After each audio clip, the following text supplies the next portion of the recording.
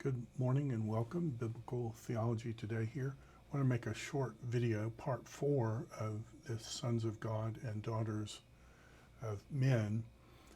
Often you hear people say the phrase, the B'nai Ha-Elohim is only angels, and we saw in part 3 that is not true when it comes to Deuteronomy 32 and the original text.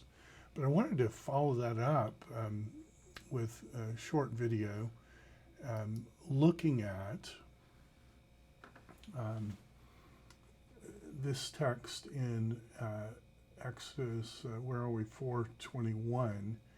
And this is God, and he says, "You will say to Pharaoh, thus says the Lord, Israel is my son, my son, my firstborn. Israel is my firstborn son." And so the question is, would the original readers, were their minds be taken to the idea of angels? Well, we'll talk about another time the passage in Job 1 and 2 and Job 38. And we'll talk on another video about Jude. But it is odd that supporters of this kind of angelic commingling with human women have to go all the way to Jude.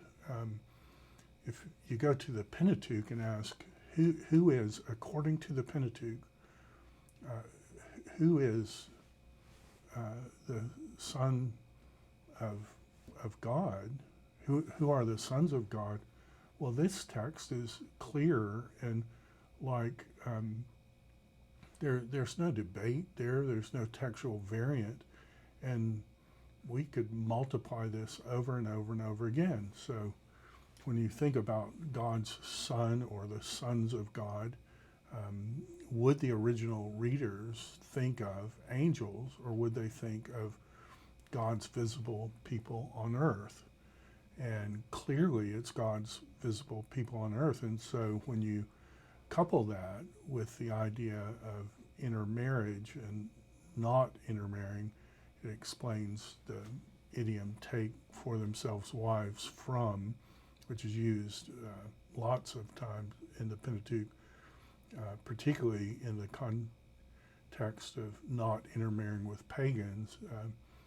You have a much better interpretation. And so I encourage you, just read through the Pentateuch. If you can read through it in Hebrew, read through it in Hebrew, but just get a piece of paper and write down every place in the Pentateuch where it talks about God's people being his son, and I think you'll see that the argument for intermarriage is a much stronger argument. Look forward to your comments. I'll talk to you next time.